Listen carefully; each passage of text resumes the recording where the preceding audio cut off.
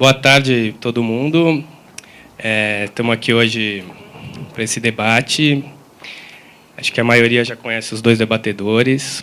O Vladimir, ele é professor de filosofia na USP e posso dizer que acho que é o filósofo hoje em dia mais respeitado por até os partidos políticos ou todo mundo de pensamento de esquerda reconhece o Vladimir como assim um norte do pensamento da esquerda mesmo. E o Stefan Molyneux veio do Canadá para um evento que teve segunda-feira e a gente organizou esse debate. Ele tem umas ideias que a gente pode dizer em muitos pontos opostas ao Vladimir, principalmente quanto à função do Estado, que é o tema do debate. Então, vamos deixar eles conversarem aí e ver se eles conseguem resolver alguma coisa entre eles. O debate vai ser, eles vão em inglês e não vai ter limite de tempo, de número de réplicas, de tréplicas, como alguns debates. Eles vão mais focar nas ideias e vão abordar alguns temas mais focados no Estado e tentar chegar em alguma desavença ou reconhecer algum ponto em comum que eles tenham. Obrigado. Hello. I didn't follow any of that. He could just be saying he's the bald foreigner who will be proven wrong. So thank you so much. I do apologize for doing this in English in a Portuguese-speaking country. I apologize.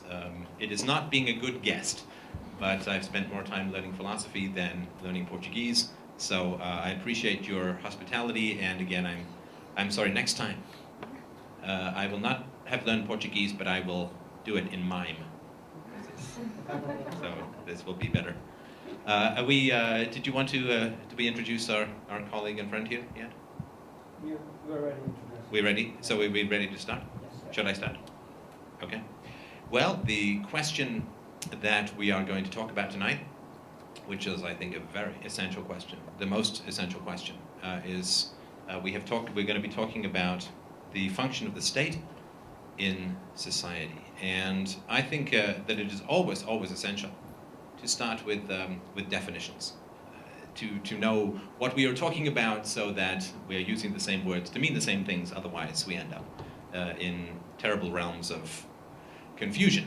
So I'm going to start, I assume that unlike Bill Clinton, you know what the means and of, and there's another the. But the other three words, social, function, and state, need to be clarified, for me at least, and if we have disagreements about the definitions, we should resolve those before we continue, otherwise confusion doesn't get solved. But to me, 90% of achieving the truth is all in the definitions, so we will start with that. So the social function of the state, the word social, so important to understand what we're talking about. And for me, social means things which are voluntary, things which are not coerced, things which are not the response of violence. So when you say, and if this makes no sense in what you say, just tell me and I'll try and rephrase it. But when I say, I'm having a social engagement, this does not mean I'm going to rob a bank. Does that make sense? If I'm having social tea, this doesn't mean that I'm rounding people up with police dogs and bringing them to my house. So social to me means a voluntary, like I assume everyone here is here by choice, and obviously there's some bribery. My daughter got candy. She's here for candy, but most of you, I hope, are here not because of bribery and threats, but by choice. And so I would like to define the social as that which is voluntary. So, for instance, we don't think that it is a social life if we are in prison. You know, we have interactions with other people, mostly running and hiding and doing whatever we can. But this is not social. Social is that which is chosen. So the social, when I'm talking about the social function of the state, I mean that which is chosen. Function, it's a little thing on your keyboard. But function is something around improving or facilitating to enhance So when we say, that there is a reproductive function to sex, to having sex, and so it is something which facilitates and extends or expands. It's something to do with it either works or it's improving or something like that. So when we talk about the social function of the state, it has to be something that improves or makes better or at least facilitates something being possible. Am I going too fast, too slow? Is this okay? Yeah, is that all right? Okay. If people start to, then I'll slow down. But if I go too slow, I start to feel like I'm getting sleepy. So that's your job, to feel sleepy. Now, the state. The state. That is a challenging thing to define. The word means so many things, I'm sure, in Portuguese as well, but I'm going to make a very rigid, rigorous philosophical definition. Now, the state is not a thing. We always use this language, like the state is a person, or the state is a thing. Like I was just reading about in Canada, the state funds, gives money to, builds, the state makes the roads, the state educates the children, like it's, in America they call it Uncle Sam. Do you have a similar phrase here? No? My criminal cousin? No? Okay. So Uncle Sam, they call it in the States. I'm sorry? The not-so-silent partner. The not-so-silent partner, right. I think that's my wife's phrase as well. But the state is not a thing. I had a debate some time back with some people in America, and I said this. I make this argument that the state does not exist. It is not a thing. It is not a person. It is not a rock. It is not a tree. And I got sent a lot of emails, and there were pictures of the White House, and pictures of the Pentagon, and pictures of the Federal Reserve, and pictures of all of the pictures of men, like an army marching, and they say, this is the state. And I said, but that's not the state. This is a white building. This is a, I guess, a sort of hexagon building. This is another building with big columns. It's got the word Federal Reserve. And this is some men in a green costume.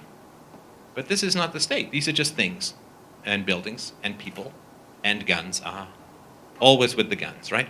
But the state is not a thing. The state is, so what is it? Well, the state, I will argue, or at least make the case, it is a claim that some people make that their use of force is legitimate, is good, is necessary, is moral, is essential for society. You know, we say, oh, well, without a state, terrible, horrible things, and nobody can trade, nobody can raise their children, and motorcycle gangs. Well, it seems you already have them here, just driving all the way down between the cars.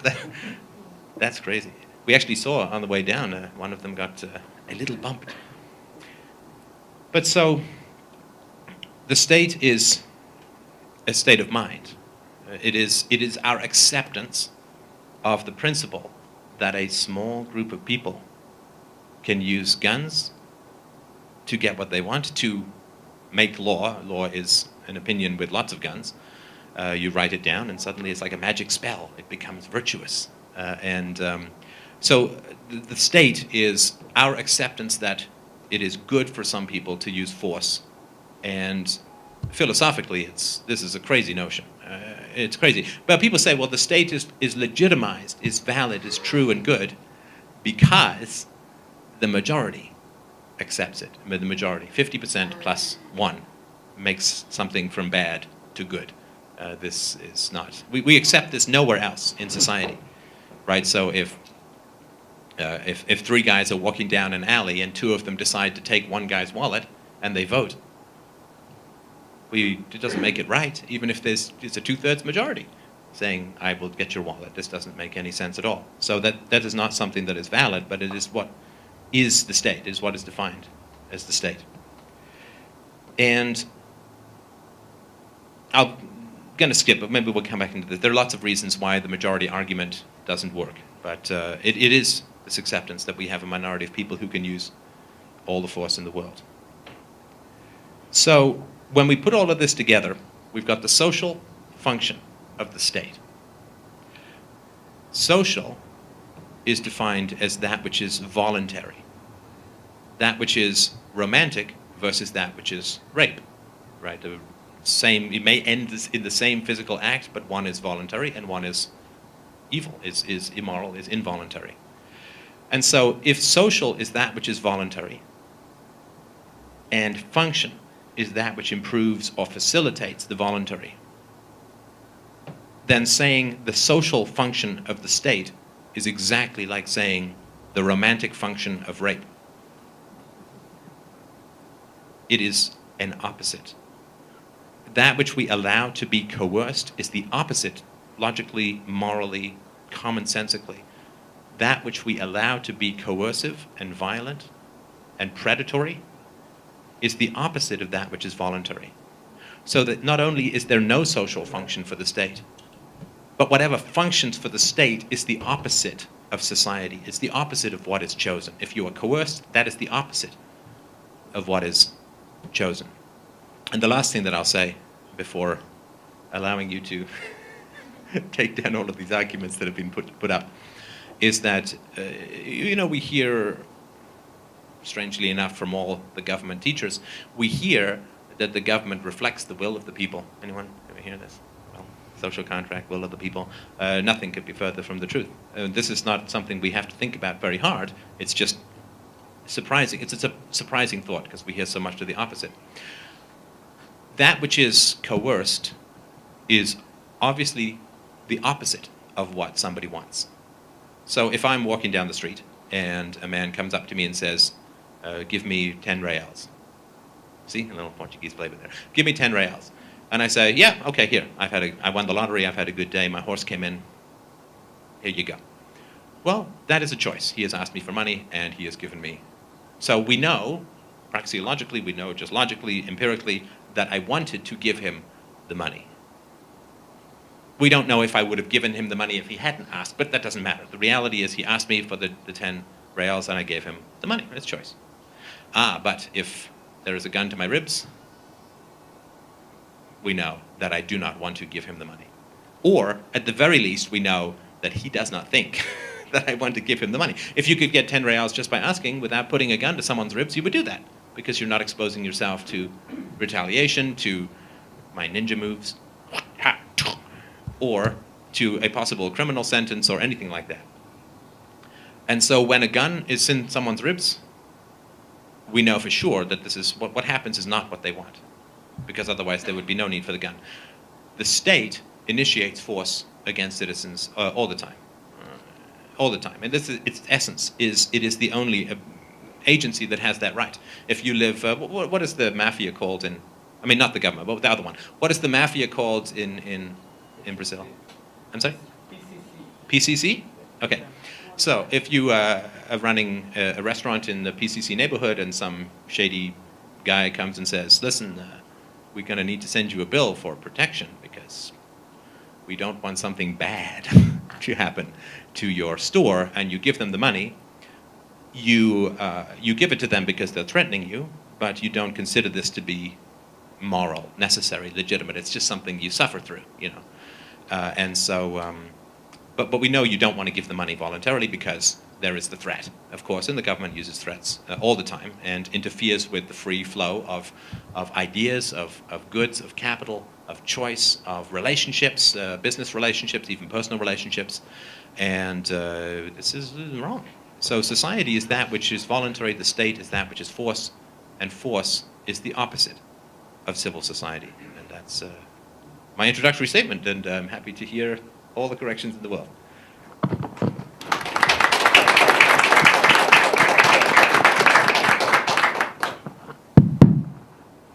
Well, first I would like to apologize. I'm really sick, and my speaking will be, let's say, in a slow motion. And I will try to go until the end, but I'm not totally sure. Second, I would like to thank this invitation. I think this is a very interesting situation and moment. I don't think that I will change your point of views concerning things very complex like states, individuals, and so on. But I'm sure that if you listen me, maybe you can have a more rich and complex idea about what is a leftist thought concerning states. And I would like to listen a liberal point of view exactly because I believe that I don't need the stereotypes of what is a liberal thought or something like this. Then, well, this is the reason that I'm very grateful to be here. Concerning all these discussions, I would like to put 2 points, 2 major points.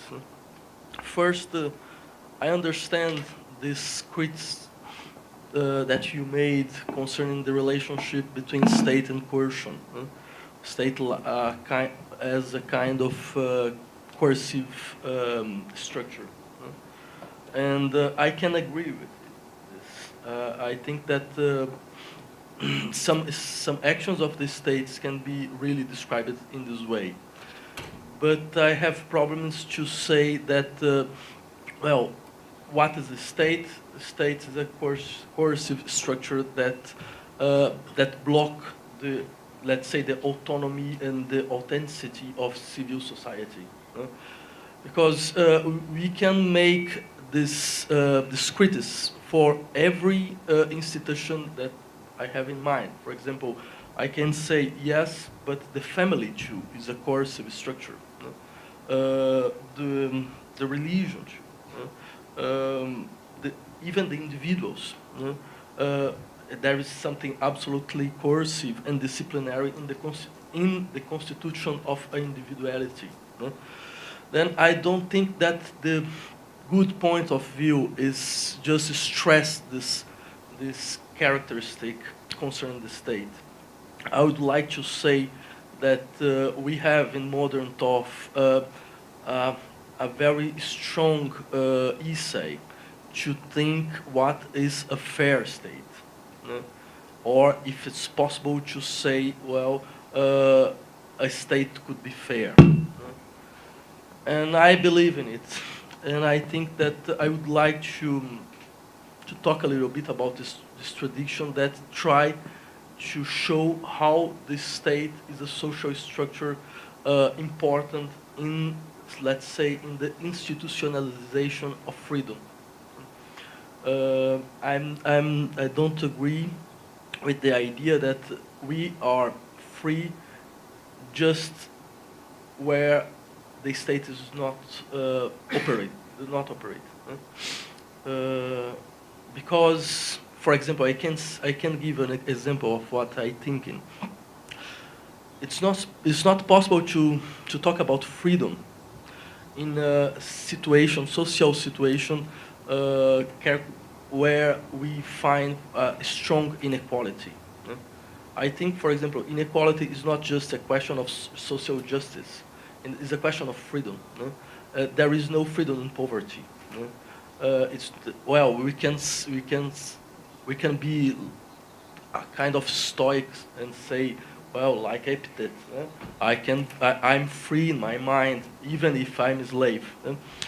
I think this is not a very good point of view, because I think that this linkage between freedom and interiority is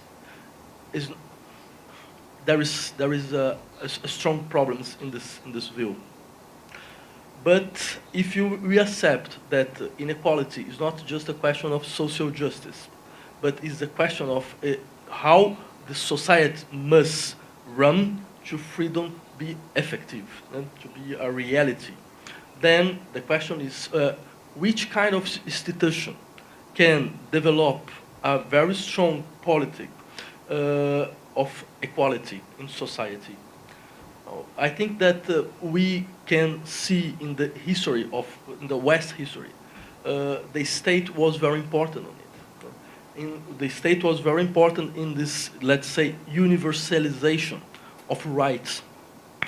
We know, for example, there is a process, a historical process, when some vulnerable part of the society could have, like today, for example, some rights concerning economies, concerning social service and things like this. And I think the state is very important in this point of view. Well, the point that I would like to put is, well, the 2 points. The first is, maybe it's the question to make a difference between what is a state is today and what the state could be. What is a kind of fair state? And second point is, I think that we cannot make a strong distinction between freedom in one side and equality in other side. If you cannot make this distinction, the state is a very important actor in this game.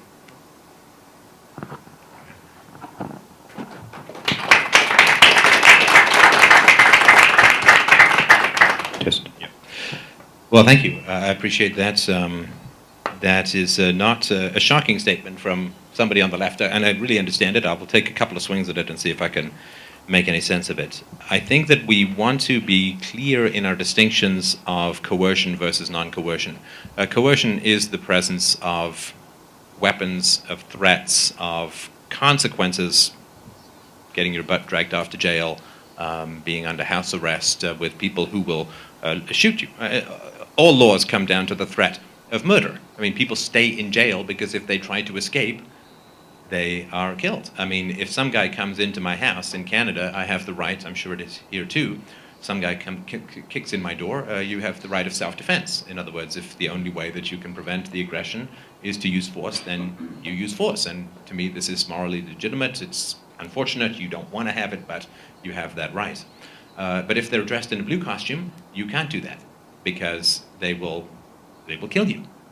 If you don't pay your taxes, then you will get a letter, probably quite a nice letter at the beginning, and then the letters will get shorter and less nice, and then you will have a court date, and if you do not show up to the court date, then men will come to your house, and if you attempt to act in self-defense, they will shoot you. I mean, this is the reality that we don't often like to look at, in the way that the cows don't like to go too close to the electric fence. They stay away. It's like, hey, I'm just roaming around. I like it here. You know, it's my comfortable spot. But the reality is that this is the kind of coercion that I'm talking about. If we start to mix in things like, there were a couple of other examples, individuality is coercion. No, individuality is not pointing guns at people. The family is coercion. No, there is coercion in the family. There are people who hit each other in the family and so on, the parents who spank children in the family. But the family is not defined as the initiation of force and control, and it's not a murder-based institution in the way that the state is. So I think you can say there's manipulation in the family. Now, interestingly enough, and I just want to touch on this very briefly, because I had a great question that I didn't answer, I think, as well as I could have in the talk I gave the other day about religion. And religion is interesting because religion is it's a strongly Catholic country here, so of course you have hell. Is this still something that is accepted for most people in... I think the Pope is sort of ambivalent about it, and I think in England they've said, too much work. But too hot. You know, we like it chilly. But hell, of course, is a threat of eternal damnation and torture for children, so it's really hard to say that the transmission of religion is entirely voluntary, a threat of violence, and hell is the ultimate threat of violence because you don't even get the escape of death because you're already dead. So it's hard to argue that that is voluntary. That could be another discussion. I'm happy to talk about religion. Well, sometimes. It can be a little stressful sometimes, but it is an important topic. But in the state, we're simply looking at, is there a gun in the room or not? Is there a gun in the room or not? If you date someone and you ask him or her to marry you and they choose of their own volition, they may regret their choice later. But you know, maybe the husband will lose his hair. I mean, there could be any number of things that will happen, but it's still a free choice. You can unchoose it, but that is a choice. There's no gun, right, in the room. So I just really I'm really just talking about gun, no gun, gun, no gun, and gun willing to be used. I think that's an important distinction. I think it's a fascinating and complex point that my friend has brought up here, to the degree to which is poverty freedom. I think it's pretty hard to say yes, that it is freedom. And there's no doubt that there is a massive amount of poverty in the world. It's certainly in Canada, there's more of it, I think, here in Brazil. There are countries like Japan and China that have made huge strides in reducing the amount of poverty in society. But I think we can all generally accept, I read these studies recently that said, 97% of poor people like under the legal definition of poverty in the US have color TVs, internet, microwaves, 60% of them own their own home, 70% of them have a car, 20% of them have 2 cars. I mean, it's what we call poverty now compared to, 400 years ago is I would rather be the poorest person in a Western country than the King of France in the 17th century. I mean, there's much better life, much better opportunities. I think that the more we can give people opportunity and the more we can widen their capacity for choice, the better off they're going to be. What I've seen historically, the argument I'll make is that where you see great inequality, you see the state. I'm sorry that most of my knowledge is about, I started reading about Brazil quite a bit before I came down, but everything was so interesting that I just kept following link after link, and wow, I got nothing useful done other than really learned a lot about Brazil that I couldn't use in a debate. This is fascinating stuff. So I'm sorry if I give you some examples from non-Brazilian environments, but the free market is the huge engine that lifts people out of poverty. 50, 60,000 people a month in India and China are moving into the middle class. I know the middle class is growing quite a bit here. The free market, the lack of coercion. The free market is simply, there's no gun. Doesn't mean you don't have regrets. We've all bought stuff that we didn't like, but it may be too late to return it, but it's still a choice. Choice doesn't mean perfection. Choice just means no, not one of these in the room, and where you have tariffs and taxes and controls and even minimum wages. I mean, this is the introduction of coercion. In the post-war period in the United States, poverty was declining 1% a year until the welfare state came in. As we all know, since the introduction of the welfare state, poverty has, the gap between rich and poor has widened, enormously widened. Does anyone know how much in America personal wealth has declined in the past 4 years? I just read this yesterday. It is a shocking number. Does anyone know? 40%. 40%. Is this because we have an excess of free markets in the States? No. Government has continued to grow and continue to grow. As governments grow, inequality grows. Think of the Soviet Union. I mean, where they had the Politburo and the rich, they had all their Dachau's on the Black Sea and the Caspian Sea, and the Ivan Denisoviches were laboring for less than we could imagine. They're laboring for fruit with bugs in it. I mean, it was horrible. So I agree that poverty is a huge problem. My friend here was talking about rights, that the government is really good at extending rights. No. Government is really good at restricting rights. And then when we take away the government restriction of rights, when we forbid them to use force in certain areas, suddenly they claim that they've expanded rights. I mean, who enforced slavery? The government enforced slavery. You couldn't have slavery if you had to go and catch your slaves yourself. Well, they just run off.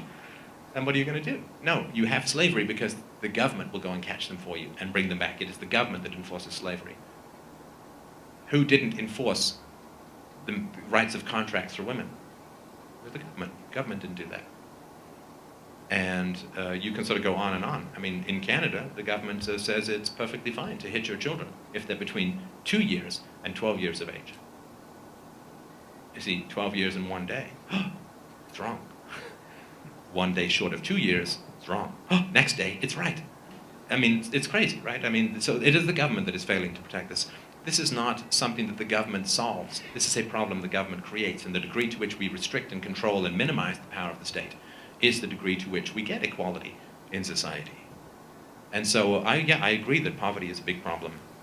Then the biggest governments should have the least poverty and the greatest equality, but we see over and over again, as government power grows, inequality grows, the middle class gets hollowed out. You get this polarization. The rich use the power of the state to line their own pockets. They use the legal protections of one of the greatest evils called corporatism, called corporations. Corporations are huge legal shields that the rich hide behind to escape the consequences of their actions. Remember that BP oil spill? How many BP executives lost their homes because they weren't taking care of their rigs? How many bankers went to jail for destroying trillions of dollars of the world's wealth? 0. How many protesters went to jail in the United States for singing Van Morrison in a public park? 2,500. The power of the state enriches the rich, impoverishes the poor. We were just driving around, and we were talking about this yesterday when we went walking around Sao Paulo. I know that the average Brazilian wage is $6,000, $7,000, maybe a little more US dollars per year. And so naturally we thought, well, you know, if the labor costs are so low here, we should go and buy a lot of stuff. You know, we should be, you know, rich, evil, gringo capitalists come in and buy a bunch of stuff, which would bid up wages, which would increase everybody's income over the long run. We went to the mall. I looked at a nice pair of slingback pumps. No. But we looked at shoes, and they were more expensive than Canada. We looked at the electronics. It's like, well, not too bad. The tax is what? 100% on an iPad. And so we can't. And is that because the government is doing something to help the poor? No. The government is not helping the poor because the government is not letting us purchase stuff, thus driving up the wages of the poor. The only way to raise the wages of the poor, not pass laws and point guns at people who won't hire them for more, raise the demand for the poor, which means lowering barriers to trade. Lowering barriers to trade always drives up. This is a sustainable way to increase the wealth of society. Passing laws, pointing guns at you and giving the money to you, I mean, it completely distorts everything. Completely distorts everything. So my argument is when you take the gun out of the room, human society, human interactions, human relationships, human economics always improve. Not necessarily for everyone all the time, of course not, right? But in general, that is the very, very clear trend. As government powers go down, the human condition improves. As government power increases, the human condition decreases. I mean, to do all of this stuff, to do all of the social engineering, the welfare state and this and that, the government has to do two things which are unbelievably bad for people. Number one, it has to take control of the money supply, right? Because to give people things, if you don't control the money supply, if you have a gold standard or whatever it is that maintains the value of currency, because I know in South America the value of currency can be quite an exciting thing as it is now for the rest of the world. If you want to give people things for free, you've got to take control of the money supply because it doesn't work otherwise, right? So if I say, well, I want to give everyone $100, 100 reals, what do I have to do? I got to tax them about 200 reals because I got to pay my people who move all this money around. I got to pay the tax collectors. I got to pay the people who make sure nobody's cheating. I got to make sure nobody's dead and trying to collect. Or I got to, you know, I got to have the bureaucrats who are going to process the checks. And so I have to tax you. And how many politicians would say this? Aha! I'm going to pay you 100 reals and tax you 200 reals. Vote for me. I mean, this would not be anybody. So in order to give people the 100 reals, you have to take control of the money supply so you can print the money. And the people say, hey, look, I have 100 reals. How fantastic. But it only buys 20 or 30 or 40 reals worth of stuff because it's all so much. And then, of course, when they control the money supply, they have to control the interest rates. Because if you print all this money, the interest rates go up. And all the money that you've borrowed to bribe all these people, interest rate goes up. And then the taxes have to go way up. And then everybody realizes what a game. Right? The Europeans are figuring this out. Fiat currencies last about 30 or 40 years. And the US went fiat in 1971. And it was in the 70s and 80s, and you know, it's about 30, 40 years that it lasts, and the euro is, you know, it's all, when you study history, it's all around it, same thing over and over again. Everybody's just surprised who haven't read about the past. So the increased government power and inflation is the worst thing for the poor, because the rich can do defensive things with their money, but when the poor are poor and the price of bread is going up, this is unbelievably catastrophic. So this idea that you can appoint some group, the last thing I'll say is if we are interested in equality, there is no greater inequality between those who control the money supply, who control the interest rates, who can sell off the unborn productivity of future generations for the sake of bribing people in the here and now. And this is inevitable with the state. This is not the state gone wrong. This is the state. You bribe people to get their votes, and you pay them off by selling off fetuses to Chinese bankers. It is unholy. And this is all over the world. There is no exception to this, particularly in democracies. And it's repetitive from the Roman Empire down to the present. You give people shallow entertainments, reality TV, Telemundo. You give them this stuff, and you bribe them with printed money and borrowed money. And the power to do that is the greatest inequality. I cannot type whatever I want into my bank account. I've tried. It's a read-only field. but the government can do that. There's no greater power than the power to control money, the power to control interest rates, and the power to sell off the productivity of the unborn. And there is no equality that can come out of that moral and legal and philosophical inequality within society.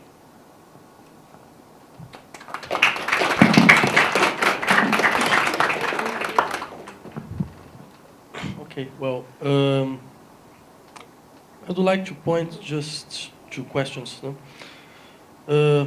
First, about coercion. I believe too that we need to begin by definitions. No? And I understand coercion something that you don't made by free choice. No? It means you must accept. No? It's not a question of choice. No? If you accept this idea, for me, it's very complicated to say that, well, family is not a case of coercion, or even religion is not a case of coercion. Or I would like to say the process of constitution of individuality has a strong measure of coercions. It means what I need to lose to be individual, for example. What I need to accept to be individual. If you put this kind of questions, I think that I prefer to say that there is several kinds of coercion. I can understand that the coercion that exists in the state is not the same coercion that exists in the family, but I don't like to accept that. Well, there is no question of coercion in family. Maybe we need to be a little less, let's say, binary, and say, well, in some situations, family is a case of coercion. In some situations, the state is a case of coercion. In other situations, the family can be a space where I can learn things for freedom. And in some situations, the state can be a very strong and important actor in some fights, some social fights. Then I ask if the question is not just try to avoid this kind of institutions, or if the question is try to have, let's say, a more complex view of what these institutions could do and could not do. This is the first question. The second is, I can understand all this point of view concerning the action of the state as a guarantee of equality. I can understand all these positions that you put in the debate, but I'd like to make a question. You came from Canada, no? Yeah. I believe that you studied in the public school. It was a mix, but a lot of it was in a public school, yes. Public school, yes. And what do you think about the public school? Terrible. Why? Absolutely terrible. Why? Because I was never taught how to think. I was stuffed full of a bunch of propagandistic conclusions. The government is here to help. Without the government, there's chaos and murder, and the government saved us all from the Great Depression, and the government saved us all from the Nazis, and without, it was all just a bunch of conclusions. And I also found that this is all the way through. I got a master's degree from the University of Toronto. I studied at York University and McGill University, so I had a good tour. I was in private school in England, public school here in Canada, and whenever you question the outright propaganda of the state, it becomes very hard. I was just talking about this, I'm sorry, very brief answer, but I was just talking about this with someone at dinner the other night, that there was in graduate school, this woman was in graduate school, she's like, I don't know if I want to continue, because if you're in Canada and you say the Great Depression was caused by the free market, and it was, the effects were ameliorated by the New Deal under Franklin Delano Roosevelt, and then capitalism was saved by World War II.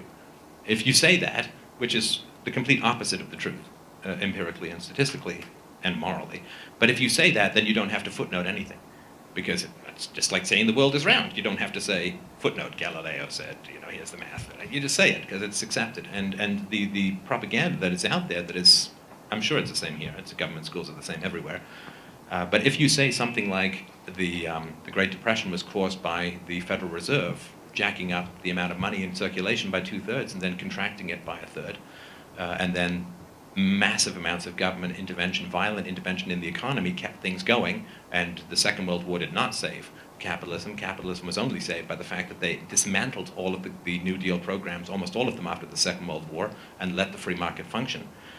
Then you have to provide so many footnotes, and then people will say, well, this is not a reliable footnote. And I have 2,000 historians who are saying one thing, and you have 5 who are saying another, and so you don't get an A, you know. And so in this way, you just have this reproduction of this propaganda. I can't think of a single thing of significant or enduring value that I got out of public school. I don't know if you guys feel any different. I mean, almost everything that I've got that is of real value in my life, I have learned outside of formal education. Formal education for me was just trying to navigate my way through to get the piece of paper and trying to bite my tongue as much as possible to the point where it was, you know, half the size of my head when I was done. But do you think that propaganda exists just in public schools? Well, no, but like propaganda exists from Coca-Cola. We went to the zoo the other day, and here is the snake by Coca-Cola. Like, I don't think the snake was built by Coca-Cola. I don't think it is made of Coca-Cola. Sorry, you were saying?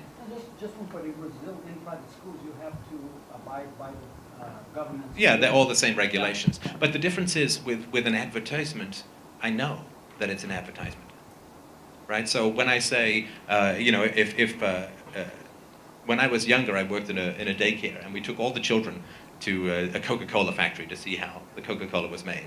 And they played a commercial. I can't even remember the song, and you can count yourself happy, but I don't. Otherwise, I would do karaoke night for sure.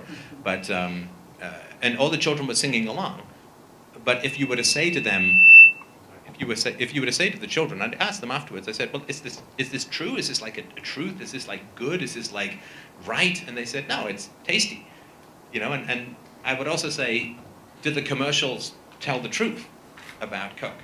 Like, do they say it's bad for your teeth? Do they say whatever, right? They say, well, no, of course, they're trying to sell us Coke. Of course not. I mean, they're aware. I mean, everybody knows a commercial is a commercial. But people don't know that public school is a commercial. But that's the problem. That's why I call it propaganda rather than advertising. Yeah, but this is very funny, because, for example, I always studied in private school. I studied here in the private school that learned me that the French Revolution was a show of murder. Just a show of murder. And I always said, look, I think that's not exactly the case. And they said to me, look, it's a private school, this is my school. If you don't believe, you need to go ahead. But there is no other place to go. Then I can understand what are you saying. We, in this process, when you're in a public school, we need to accept some perspectives, some versions of the history that maybe is not really true. But in the public system, nobody can say to you, look, if you are not agree, go ahead. You can discuss. But if you are just in the private system, you know, for example, it's the same thing if you were working for a private company. The people say, well, this is our values. If you don't believe in it, you need to go ahead. Okay, I mean, I obviously can't speak to your education. I grew up and I went to a private boarding school in England. And I can tell you for sure that the private boarding school in England was heavily influenced by the existence of the state, and in particular the aristocracy. Private schools are there for the children. Let me be completely broad brush strokes. Private schools are there for the education of the elite in order to have them run the society that exists. Not to create a new society, not to challenge the tenets of that society, but to step into the leadership roles of the society that exists. And so you can't be an anarchist in a private school. I'm an anarchist, right? So you can't be an anarchist in a private school because they want you to go and run society, and so they're grooming you for leadership in a society that you're going to benefit from because of the state, because of the power of the state. I mean, that would be my guess. I would also say, as you said, that they have to follow the curriculum. But it's very difficult to have a school and get parents to pay for a school that teaches the children the immorality that is at the root of the society that they live in. It's like, give me $10,000 a year so that I can make your children very uncomfortable in the society that they live in. Somebody suggested a tagline for my show. I run this philosophy show, Free Domain Radio. It said, Free Domain Radio, creating uncomfortable dinner silences since 2006. Because isn't this what philosophy does? I mean, this is what moral principles they do. And so I think it would be tough to sell a private school in a society saying, well, yeah, we're going to teach you that law is an opinion with a gun. We're going to teach you that taxation is theft. We're going to teach you that national debts are a form of intergenerational enslavement. And go and enjoy your society. I don't know a lot of parents would pay for that, but that's because of the society that exists. In fact, I think parents would pay not to have that. You know, so I'm not. I mean, I don't think you can really say private if they're trying to get people to adapt to a statist, irrational, aggressive, violent, hegemonic society. Then you're just trying to adapt to this stuff, and it's not to me the same as a truly free education. Does that make any sense? But because I put this question because I would like to put actually another question. In your point of view, how service like education and health need to work if you are totally against the state? Well, if I knew how they could work, I could be a great state. So my argument is, I'll give you a very short analogy, then a bad answer. Look forward to it. The short answer is it doesn't matter. In America, in the South, the slaves picked the cotton, right? The slaves picked the food. And if I say we should not have slavery, people say, well, who will pick the cotton? Well, who will pick the food? I don't care. All I care is that slavery is immoral. I don't care who picks the slaves. I don't care who builds the roads. I don't care how healthcare is provided. I just want people to stop using guns to run society, because it just runs it into the ground. Violence is like a drug. It's not like a drug, it is a drug. People become, I don't know, there's fantastic studies out recently, political power over other people through coercion, whether it's criminal or the state, whether it's amateur criminals or professional criminals. It releases dopamine in the system, endorphins. It is more addictive than cocaine. And they've done studies with monkeys and politicians, no monkeys. And they have found that as monkeys move up in the social violent hierarchy, monkeys is a very aggressive hierarchy, they get more dopamine, more endorphins. And then when they go down, they become depressed and inert and so on. Political power is incredibly addictive. It is why we have people who are drug addicts fighting the war on drugs. It's ridiculous, right? But so that's the very brief answer. I don't care. I do care that people, I want people to stop shooting each other. I don't care if they hug or walk away from each other afterwards. Just put down the guns and then we can talk. But there's tons of examples of education. There's a fantastic, I've got a video series on YouTube called The Death of the West. There was an example of education that was it's called the Lancaster School in the 19th century. You could get a full year of very high quality education. A lot of these people went on to higher education. Can anyone give me a guess how much it cost? Give me a guess. 40,000? For a year? 80,000. 80,000? Anyone else? This is in constant dollars. This is modern dollars, reals, I guess. No. Yeah. It was, sorry, this is, it was about 80 US dollars. 80.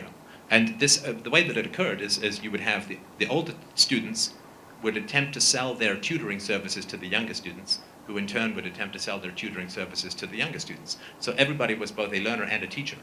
And you know that the best way to know if you know something is try to teach it to someone else, right? You ever try and teach the business cycle theory to someone else? They've got 10,000 questions, and you immediately know when you don't know stuff. And so this was a very, very effective and powerful form of education that was there. In the 19th century in America, literacy rate, 97%. 97%. This is a time when people consumed Herman Melville, Moby Dick. They consumed Thomas Paine, The Rights of Man. The Democracy in America by de Tocqueville was a bestseller. This was a highly literate, highly educated population. Do you know there is no government school that has come even close to that? Literacy rates in the United States right now, do you have any idea how absolutely appalling it is? Of course, I'm not saying you're in favor of any of this, but the literacy rates, even by government standards, and the government is like the opposite of standards. But even just by government standards, only about 30 to 40% of grade 6, 7, and 8 students are literate.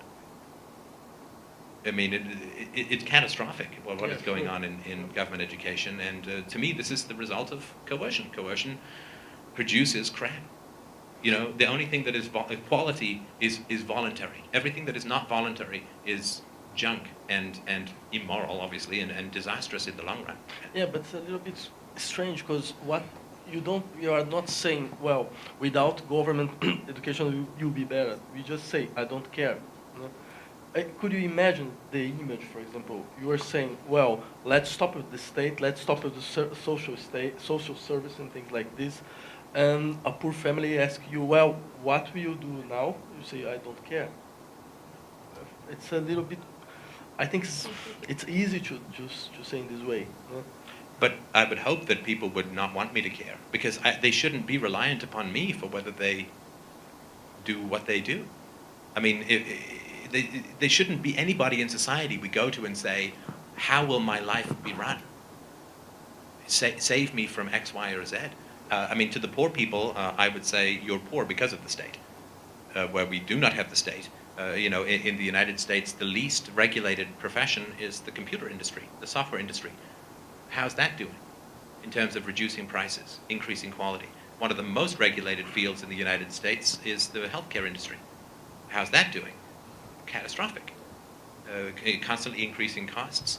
I saw a presentation, I just came from Dallas and gave a talk there, a presentation by Dr. Mary Ruwart. I really recommend looking her stuff up. She's estimated that upwards of 5 million Americans have died as a result of the FDA's control over drug approvals.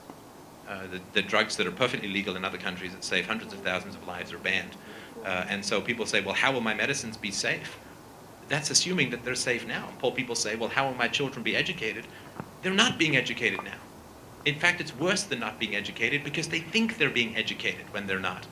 And when you think you have a solution, that's worse than not having a solution.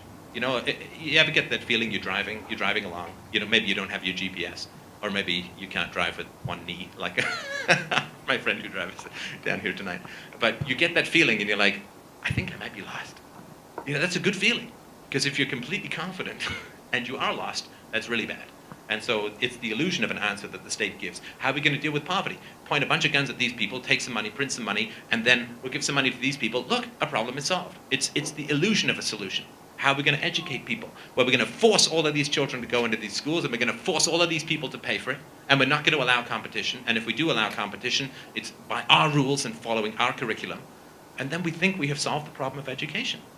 That's like solving the problem of loneliness by forcing people to get married.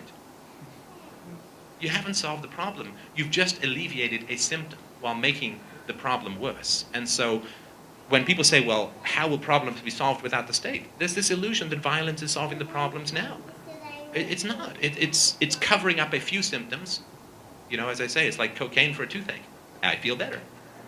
But my tooth is only getting worse. And when it wears off, right, when we run out of money, when we can't pay our debts, when Greeks at the moment are taking $1 billion out of the bank every day because they're terrified of what is going to happen.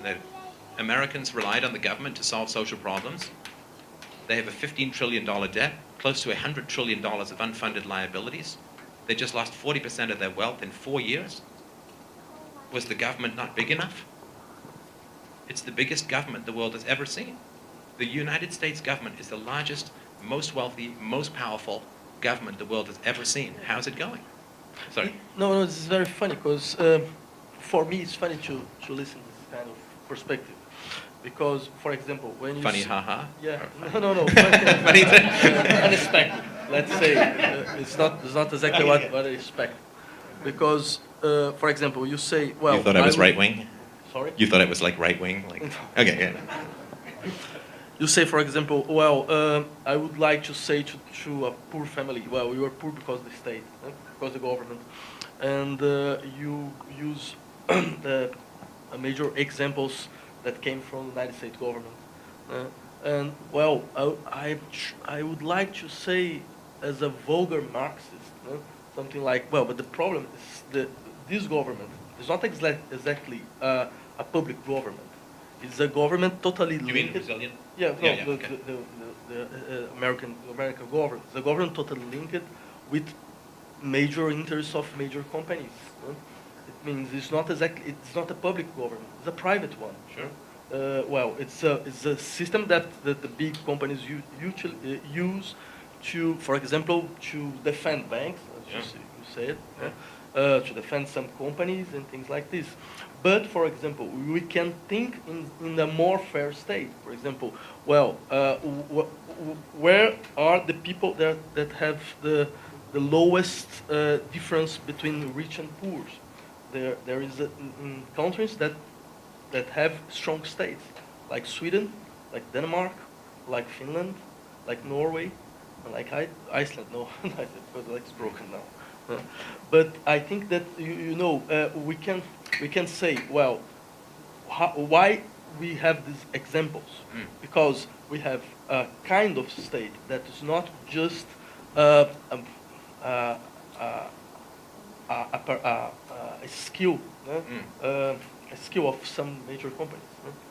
Yeah, I mean, this phrase in economics is called regulatory capture, which means that when you know this, but for those who don't, it's you're a bank and the government has the power to regulate you, and so you give a lot of money to politicians and you make sure that you get to write the legislation. I mean, the Obamacare, certainly the pharmaceutical aspects of it were written by the pharmaceutical industry. I mean, they pay massive amounts of money and they give tens or hundreds of millions of dollars through various means to candidates. And of course, the regulators, if you are, let's say you're doing an MBA in finance, and you're like the top 1% of your class, do you say, I can't wait to get a job at the SEC because they pay like $70,000 a year?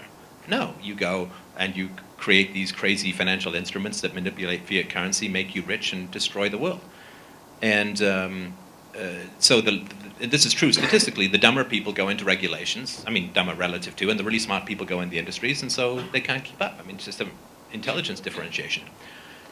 Regulatory capture is a huge problem. Now, the Scandinavian examples, I mean, it's a long conversation, and we don't have to bore everyone, but my fundamental question is, are they in debt? And of course they're in debt. And so it's sort of like, you get up and you go to work every day. And I know, but because every country in the world has a government. So every country in the world is in debt. But it's like you get up and you go to work every day, and there are times when you don't want to go to work. You got a headache or whatever, right? Didn't sleep well. And then your neighbor is just sitting there, with this big cigar, a mojito, 8 o'clock in the morning. Can you believe it, right? And you're like, man, I'm a sucker. This guy's got it made. But all he's doing is living off his credit card, and it's going to crash. And so we can always find some government, right? I mean, they seem to be doing much better. I mean, their inequality is lower and so on. Yeah, of course, because they're going into debt. But you'll find that their birth rates usually are very low, which is a huge problem for especially an aging population. We all know this, the baby boomers are going to retire. It's the same thing here. Did you get a post-war boom? And not so much, right? Because you didn't have a war, so that's good. Post-war boom, but only in Nazis. They don't breed very much. They were all pretty old, right? But so yeah, if someone goes into debt, it looks like they've squared the circle. They've solved the problem. But the Norwegian countries are all massively in debt. They have extremely low rates of, and so there's just no conceivable, they won't last another 20 years. It's absolutely unsustainable. Going into debt and printing lots of money, and I mean, yeah, it looks like you've solved all these problems. I mean, why are the baby boomers in North America so rich? Because the government paid for all the stuff they should have paid for, like roads, like healthcare, like all this stuff was very cheap, was very free. They didn't have to pay for their aged parents because of Social Security. And so they got to save all this money for stuff they should have otherwise bought. And so they got all this money now, and they expect to get all this retirement money, but there's nothing in the bank, so all they're doing is feeding off the young, who are the poorest generation that has come along in a while. I mean, it's brutal. So yeah, I mean, it's no question you can find some state of society that seems to be doing okay, but the big question is, what's their per capita debt? What's their population bulge? I mean, this is just demographics and finances. If it's unsustainable, what's going to change? I mean, none of the state of societies. Canada has a higher per capita debt than Greece. This is not good company to be in. Now, we have some natural resources, and Greece has fewer, but, I mean, it's all completely unsustainable. And it wasn't sold to us as unsustainable. It wasn't like, hey, let's have a spending and bribing orgy, and we'll make lots of money, and then we'll stiff the next generation with the bill. It was sold as this was going to be sustainable. This was going to reduce costs. This wasn't going to be a problem. And so the people who founded the system were either fools or liars. Not that you can't be both. But yeah, you can find some country that's working out, but if it's got a small birth rate, an aging population, and debt, it's just a matter of time. Yeah, but what can guarantee you that a society without state will be better than a society that we know? Well, what can, let's say you end slavery, how can you, let's say we're the first people to talk about ending slavery, we'll go back 400 years. We're the first crazy Quakers to talk about ending slavery, and people will say, well, how can you guarantee me that a non-slave owning society will be better? Show me an example of a non-slave owning society in the past. We say, well, we can't, because we're talking about it for the first time. But I think that this comparison is not a very good one. It means you compare, for example, the slavery system with let's say, well, a democratic system. Well, at least the slaves could run away. I mean, what are you young people going to do when the debt comes, right? I mean, there's no place you can go.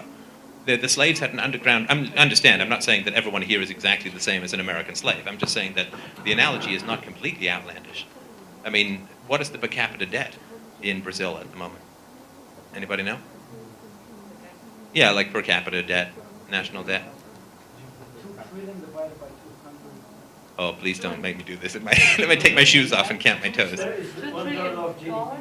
trillion reais divided by 200. And this is just current debt, unfunded liabilities, promises to people made for healthcare, for old age pensions, for this is probably That's the funded one. this is funded. Okay, so but it's going to be pretty significant, and I mean, we have no right to sell off the unborn. We just don't. I mean, national debts are unbelievably immoral, and it is a form of enslavement.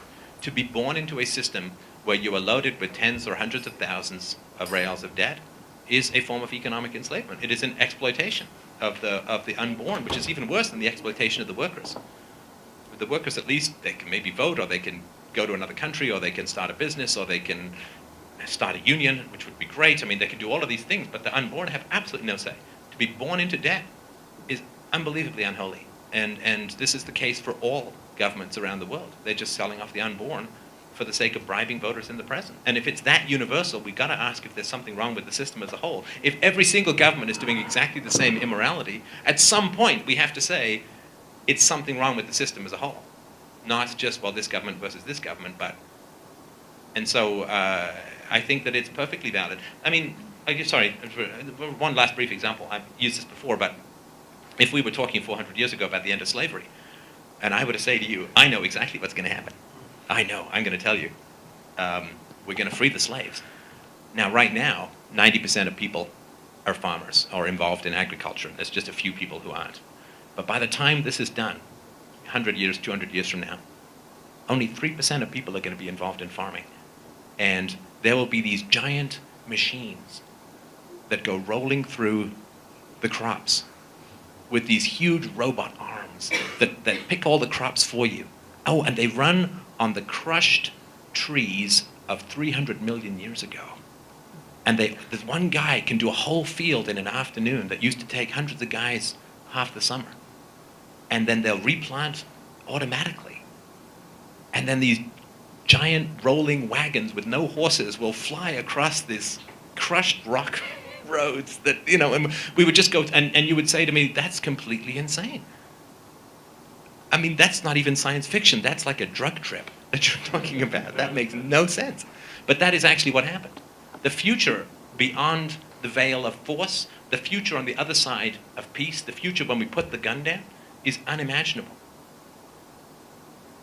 So to try and predict it, say, well, who will build the roads? Who will do all the healthcare? It's like saying, who will pick the crops 200 years after the end of slavery? It can't be fathomed. But it will be fantastic. But look, I would like to think in the kind of society where the state is not exactly necessary. We're talking about the withering away of the Marxism. Yeah, but you know, there is even a very strong leftist tradition in the fight against the state. But the question is, we have a problem now. The problem is, for a society like this exist, we must to put everybody in the kind of same level. It means, for example, if you have today, we have a strong structures of inequality. Then if you just put the state away, will grow up. Well, we saw it in other situations. We saw, for example, in the neoliberal politics, where the states were well, we put ahead the state, and the inequality grew up. Okay, sorry, but what examples of this? Well, England was an example. Inequality in England grew up in the 80s and 90s. For example, I remember the numbers. In 1970, the 1% more rich in England had something like 2.3 of the income of the country. Today they have 5.3, and in 230 they must have something like 40%. It means our historical experience is not a very good one. This is the question. I could accept your idea that we must to give the responsibility to individuals, but what we say until today, what you see until today, is not really good. No, it's not. Okay, yeah, that's a great point. So if I want to make sure I understand the argument, so when we've seen situations where there is some restriction in the size and power of the state, or maybe even a diminishment, that you get increased inequality. You can look at what happened in Reagan's America, where they cut taxes and so on, Thatcher's England and so on, where there is a shrinkage in the state caused by a rise in inequality. But two arguments. It doesn't matter if you cut taxes, it matters if you cut spending. The problem with Thatcher and Reagan is that they cut taxes without cutting spending, which means that they just run into debt. And when you run into debt, you have to go borrow money. Now, the government doesn't come to us, right? When it needs $10 trillion, right? It doesn't come to you and I say, listen, with the change jar, listen, can you chip in a little because we need 100 billion reals to cover the budget? No, they go to the monster capitalist. Can I say a nasty word now? They go to the monster capitalist people who aren't very nice with holes. And they go to those people, and then those people give them money to cover up, and then they end up paying a lot of money back to those people, right? You know the income tax in America? Does everybody know where the money goes from the income tax? All the income tax in America goes where? Does it go to social services? Does it go to roads? Does it go to hospitals, police? Just goes to pay interest on the debt. It doesn't even go to pay the debt. It only goes to pay interest on the debt. So if you cut government taxes without cutting government spending, then you have to borrow money from these banksters, and then the rich end up getting very rich, because now they own 20-30% of Americans, 20-30% slavery to financiers who have lent the government money because the government wanted to cut taxes without cutting spending. And when you cut taxes, of course, you proportionally benefit the rich because the rich pay more in taxes, and so this is not a good way to solve the problem of the state. That's the first thing. The second argument I would make is I always find it fascinating to look at these patterns. Look at the Roman Empire at the very beginning, very small government relative to the end. To the end, it was just another fascist dictatorship. But at the beginning of the Roman Empire, what did they get so wealthy from? From free trade and a small government. Look at the beginning of the American government. Okay, sorry about women, sorry about slaves, but looking at, and it's not small, it is big important issues, but if you look at the size of the government and the degree of control it had over trade, it was tiny. No income tax, no sales tax. You could go and do whatever you wanted. Go be a doctor, go be a plumber, go be a lawyer. You didn't have to have all these licenses, there were no tariffs, a few tariffs, but there was nothing. And it grew unbelievably. It grew unbelievably in terms of its economy without rising prices. Do you know that the average price of commodities at the end of the 19th century in America was lower than at the beginning? I mean, we're just used to prices going up, right? It's cheaper at the end than at the beginning. But the British Empire, England, how did it become a world power? Because England was the first country to institute free trade with other countries in the 18th century, 17th century. I believe it or not, I've read these books. It was amazing. There's incredible arguments that they made for free trade, saying it was going to be incredibly beneficial. So they freed up the corn laws, reduced agricultural subsidies and controls. None of this stuff is new. But what happens? The Roman Empire has free trade, and it has great transportation and a small government. So you get a lot of wealth. And what does the government do when it sees a lot of wealth in society? It starts to raise your taxes, right? Freedom breeds tyranny. as long as you have a government, when you have a small government, you will get a large government. It is food for cancer. Freedom is food for the cancer of the state. The British Empire, free trade, lots of wealth, massive growth in taxation. America went from the very smallest government that had ever been conceived of in the history of our species to the very largest government that has ever existed, or could even have been imagined in the history of our species.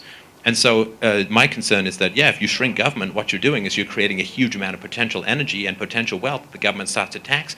When the citizens become more wealthy, the government uses that wealth as collateral to borrow and enslave and indebt the next generation. As long as you have a government, whatever you do to compress that government, if you're not compressing it to nothing, it just blows up and takes over everything. Sorry, that's some brief answer. No, I can understand your argument. When I say that it's funny, it's because I remember, for example, some leftists like Pierre Clastre that had written a book called "Society Against the State," Society Against the State, and the arguments are not really different of your arguments too. But what we see, for example, when you say, well, the question is not just cut taxes, the question is just cut spending. But when you see the governments that are cutting spending, what they cut spending in education, they cut spending in hospitals and money for the old people. Like, for example, we are seeing this now, today, in Europe, for example. And it's very complicated to even try to imagine it. How we can cut spending without destroy all this service that are totally important for people. Well, you stop paying interest on the debt. You screw the banksters. Save the people, screw the banksters. I mean, you stop. Okay, well, yeah, we agree. I mean, wait. but governments can't do that. I mean, there's a reason why they don't do that. They don't do that because if they make, I'm trying to keep my language. It's a family show. Hi. But it's hard to speak clean.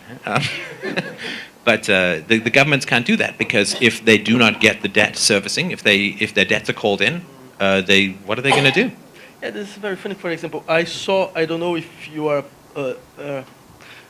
what you think about, for example, this Republican candidate, Ron Paul. Oh, Ron Paul? Like, hugely dangerous, in my opinion. Okay. Yeah, hugely no, dangerous. because it was the only that... Cool? Yeah. He's a cool guy. A doctor, a politician, Austrian economics guy, but... sorry, just if you... No, because he was the only that says something like what you're saying. Yes, well, I have some issues. He believes in states' rights, because this government, really bad. This government, really good. I mean, this just doesn't... this cancer's bad, but this local cancer, it's good. It's healthy. But, I mean, I think for Ron Paul, first of all, I mean, he's very religious, and I think that's a problem. I mean, if you're looking for rational, consistent thought. But I think the great danger of Ron Paul, imagine, the way I sort of view it is you're second in command on the Titanic. Let's say I'm the captain, and you're second in command. I feel something, right? And I go down, and I look at the bottom of the ship. It's, water coming in, Leonardo DiCaprio running around, and then I come back up and I say, listen, I would like to give you a promotion. I'm going to put you in charge and you're going to be the captain. And you're like, yay! And then all the history books say, you went down with the Titanic. You were the captain in charge when the Titanic went down. If you are into freedom, you stay away from this Hindenburg at the moment, because if Ron Paul got elected, I mean, the system can't sustain itself no matter what anybody does now. I mean, we're just trying to find ways to get to the next thing after this thing stops. But all people would remember is, you remember that libertarian who got in, Ron Paul? Well, when he got in, all the spending got cut, and people were out rioting in the streets, and remember what libertarianism? I mean, they're still blaming the Great Depression on the free market. I mean, this would kill freedom philosophy for 1,000 years if this guy got in power, because it would take that long to get over. I mean, he's a well-meaning guy, a nice guy, smart guy, but stay away from that Titanic right now. You can only have credibility if you're not in charge when the thing goes down, I think. That's why I'm not president. Yeah. Yeah, if you feel that bump, you start edging towards the lifeboats and save as many people as you can. Do we have any questions from the brains of the outfit out there? Concerning Ron Paul, but then you say he doesn't have a formula to fix the things. libertarian ideas only goes well when you are in the cruise mode, when you hit a rock, doesn't work? Well, if let's say that Ron Paul got in, he would have to be prepared to use force. He would have to, because he would be cutting a huge amount of social spending. I think that's irresponsible. I think people are dependent on the system. I don't think you can just change society in that fashion. But he would have to be prepared to use force. So he would try and privatize schools, or maybe, I mean, I know that's not directly, but he would try and privatize stuff or cut spending. People would go out in the streets, they would riot. He would have to bring out the police, he'd have to bring out rubber bullets, he'd have to bring out the National Guard. You'd see blood on the streets. I mean, this is what happens. I mean, in Quebec, they're talking about raising tuition about $150 a year in a province in Canada, just trying to get it back to how much they used to pay in 1960. And there have been riots and deaths. I mean, in Wisconsin, they're talking about asking people to pay a few percentage points of their retirement benefits, and you have riots and death and recall elections. People are not philosophically ready for a free society. They can't even conceive of it as a free society, of a non-violent society. So yeah, if Ron Paul were to get in, he would have to use force. Now let's say he was willing to use force, and let's say by all miracles he achieved his goals, and we collapsed the state back down to 10% of its current size. You would see a huge explosion of wealth in society, lifting the poor, as statistically happened after the Second World War, when the free market was relatively free. Poverty was declining 1% every year, and then the welfare state went in and it stopped declining, and now it's increasing again. But all that would happen is if he got what he wanted, we'd collapse the state back down, there'd be a huge growth in revenue, in income, and people would be making $100,000, $200,000 a year. What would the government do? Money, money, money, tax, tax, tax, collateral. And so the government would simply grow even bigger than it had before. And I don't think this can go on forever. And eventually the government's going to get so big and technology will get so advanced that we simply won't be able to fight it anymore. So I don't think this process can go on forever. Does that, I think I may have answered your question. Is that anywhere close? Or I don't want to say, when I say I've answered your question, I don't mean that, that's the final, I'm just saying that's my answer. Yeah, I think that Ron Paul's program, he wouldn't cut the social security or things like that for people that are dependent on the system. He would cut more in the military and war on drugs, things like that. Well, at least from what I remember, he wouldn't cut those social stuff immediately. He would do the transition process. Yes, no, I understand. Yeah, I'm not saying that he'd old people on the streets, but I mean, it's really tough to cut spending in a social welfare system because let's say he fires a whole bunch of people from the military, well, they just go on unemployment insurance. He hasn't actually saved any money. Yeah, but when you unregulate the economy, then you have more jobs and you put out the regulations. So I think there could be a transition. I agree with you that if we maybe shrink the size of the state, then they would use that wealthy and maybe to buy a new technology, people would get into the government and control. Yeah, I mean, more, where he would have the most luck, and I think where he would have the best chance, would be to get rid of regulations, right? To get rid of barriers to entry. If we want to help the poor, we want to make sure the poor can very easily become skilled people, right? So if it takes you 7 years of staring at some other guy fixing toilets to become a plumber, that's a huge barrier for the poor. We want to make sure, hey, you want to be a plumber? Go be a plumber. I don't care, I mean, if you blow up people's toilets, they'll be upset with you and you won't be a very good plumber anymore. But, go be a plumber, just reduce the barriers to entry. I mean, there's places in the States, you have to have a license to be a flower arranger.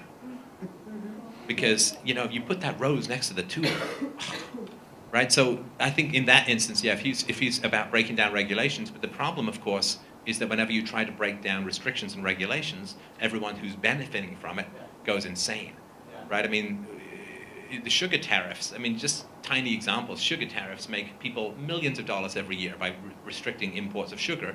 And so it raises the price of sugar in the US to the point where they end up putting this god-awful stuff, fructose, glucose, everywhere because it's not regulated. And so people get fat, and it's all these terrible things that happen. But the reason that these things go on decade after decade after decade is that, as you know, if you try to cut sugar subsidies, then every consumer has like $20 worth of incentive, because that's how much it costs each consumer a year, 20 or 30 bucks.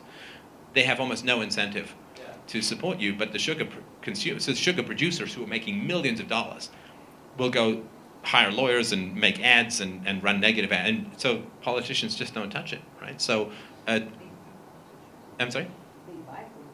Yeah, they buy it. So, yeah, whenever you have this it's called rent seeking, right? Whenever you have this regulatory control, the people who benefit from it will just go destroy your political career if you try and take away their unjust money, and it's this huge balance. So I don't know what would happen in that situation, but I think it's a lot easier to talk about cutting regulations than achieving it.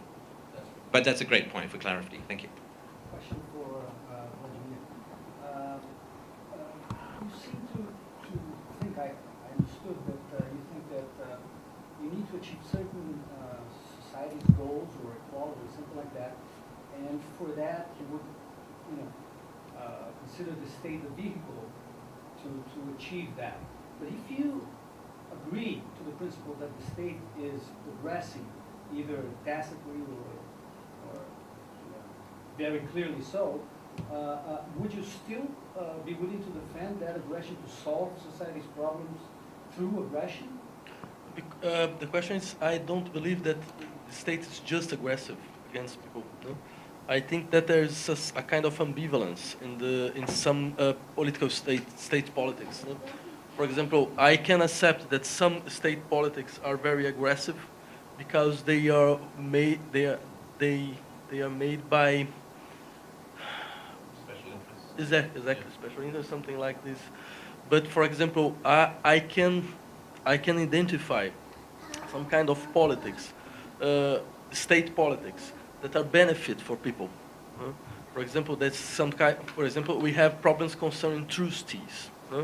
Well, if you don't have some kind of power that could break some trustees, even the idea of a free market is finished. Then, but the question is, who can do this? Which kind of power can do this? For example, we have our Brazilian economy. We have a very good example here. You refer to antitrust? For example, antitrust laws. And we have our economy is a totally trustee economy. Every sector is made by 2 or 3 companies. For example, airlines and things like this. But you could say, well, but these companies, they are in the state. For example, they are in the state, they are in the regulatory councils of the state. We're right, sure. But the question is, well, I would like to fight for a regulatory system that is really regulatory, not just expression of some interest and more strong interest in the society. In this case, we have examples. For example, in some situations, the state was able to do this. Why? Because we had a kind of strong social power. For example, when the syndicates, when the trade unions were strong and things like this, they could put the state in some let's say in some line, or put some politics in some lines. And I believe in it. I believe in it, but I can understand this idea that what is better for us. Better for us is a situation where, well, the individuals, where a situation where the civil society could decide for themselves. I totally agree with it. But I think the first step to do this is changing this political structure. For example, I believe that our liberal democracy are not able to do this. I believe that we need to go to a kind of, let's say, plebiscitary democracy, democracy where, well, this use, the continuous use of the public opinion could really works. And I don't believe, for example, in a kind of democracy like we have today, where a parliament and things like this. I think that we need to go to a kind of directly popular expression, and we have the technology for this today. But I don't think that you solve the problem of monopoly by creating a state. But I don't think you solve the problem of monopoly Yes. by creating a state, because a state is a monopoly. right? You can't solve the problem of a concentration of power by creating the ultimate concentration of power. You say, well, this company is going to get too much economic power, so to control that concentration of power, I'm going to create a state with the monopoly of taxing and policing and law and military and jails and courts. And I mean, this doesn't solve the problem. It's like saying, I have a headache, so a guillotine will, well, I guess you won't have the headache, but only because you won't have the head, right? So it is a challenge. We don't want accumulations of power in society tend to be not good. I mean, I'm completely with you on that. But the only in a free market, again, this is a future fantasy, but in a free market, you can only become economically powerful or significant by pleasing your customers, because you can't use the government to force people to buy your product or to force, like Microsoft has these monopoly patents. I mean, monopoly patents is just another form of government. It's just wretched, these things. And Apple has them too. And all you have now is companies fighting each other over patents. And it's just, there's a term for it, a patent troll. Somebody just buys up patents and sits on them so they can sue people. I mean, this is crippling for the industry as a whole.